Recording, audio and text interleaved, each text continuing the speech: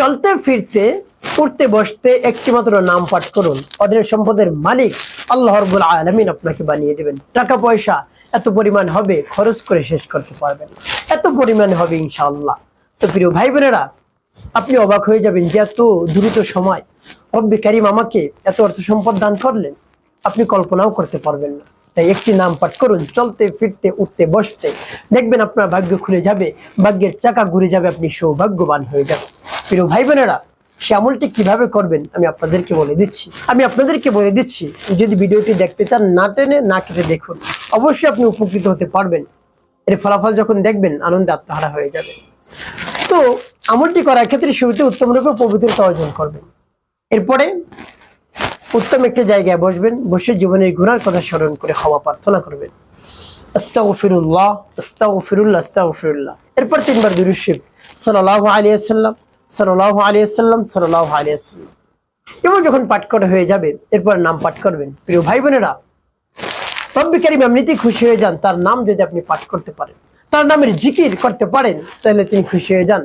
আল্লাহ রাব্বুল আলামিন পবিত্র কোরআন কারীমের মধ্যে জানিয়েছেন, ওয়ালিল্লাহিল আসমাউল হুসনা ফাদউহু বিহা। নিজেই বলে দিয়েছেন যে আমাকে বেশি বেশি ডাকো, আমার যে সুন্দর সুন্দর নাম রয়েছে সেই নাম ধরে ধরে ডাকো।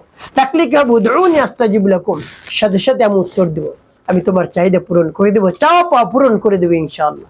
তো প্রিয় ভাই বোনেরা, তাই আল্লাহ রাব্বুল আলামিনের উপর পরিপূর্ণ বিশ্বাস এবং আস্থা নিয়ে নাম পাঠ করবেন, দেখবেন কাজ হয়ে যাবে। প্রিয় ভাই বোনেরা, দুনিয়ার মানুষের কাছে চাইলে বিরক্ত হয়, আর রব্বি কারীমের কাছে চাইলে তিনি খুশি হয়ে যান। খুশি হয়ে সব কিছু আপনাকে আমাকে দান করেন। তিনি বসেই থাকেন কোন সময় বান্দা আমাকে ডাক দিবে, আমার কাছে চাইবে।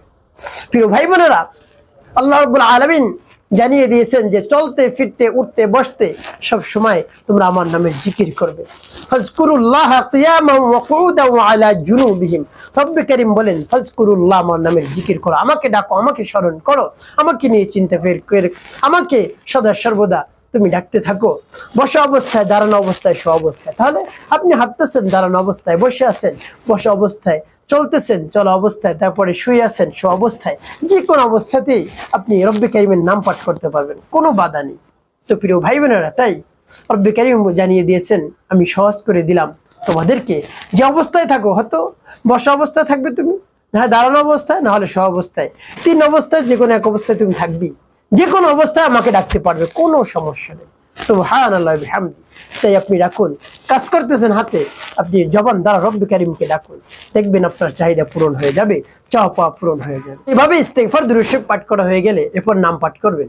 কতবার পাঠ করবেন বলে দিচ্ছি, নামটি কি সেটিও বলে দিচ্ছি। এর পূর্বে রব্বি কারীমের কাছে বলবেন, ইয়া রব, হে আল্লাহ, আমার মনের আশা আকাঙ্ক্ষা বাসনা কামনা পূরণ করে দিন, আমার আমলকে, আমার সময়কে কবুল করুন, যে সমস্যা সমাধানের জন্য আমলটি করতেছি আপনি তো জানেন, আপনি সমস্যা সমাধান করে দিন। এভাবে বলে নাম পাঠ করবেন। পরবর্তীতে বলে দিচ্ছি কি করবেন। ইয়া রাজ্জাকু ইয়া আল্লাহ, ইয়া রাজ্জাকু ইয়া আল্লাহ, ইয়া রাজ্জাকু ইয়া আল্লাহ, ইয়া রাজ্জাকু ইয়া আল্লাহ। কতবার পাঠ করবেন? গুনি গুনি 100 বার সর্বনিম্ন। উপরে যতবার পারেন, 1000, 2000, 3000, 4000, 5000, যতবার পারেন আপনি পাঠ করতে থাকুন।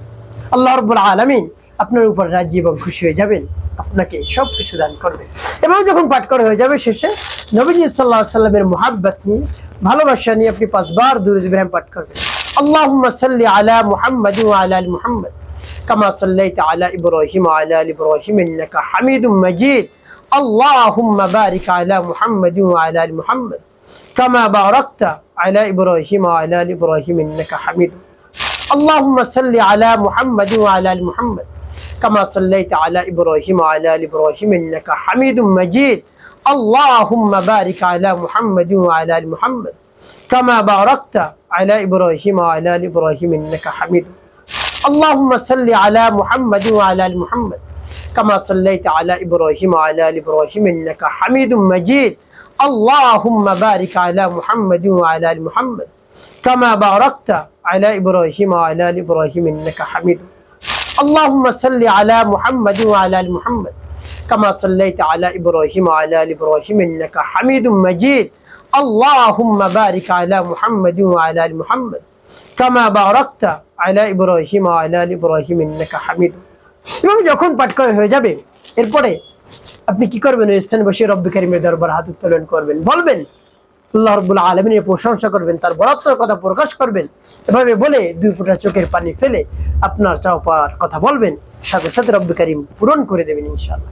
একটি কাজ আপনাকে করতে হবে, 5 ওয়াক্ত নামাজ আদায় করতে হবে, মানুষের কল্যাণে খিদমতে কাজ করবে। অবশ্যই আপনার জীবন সুখময় হবে, শান্তিপূর্ণ হবে।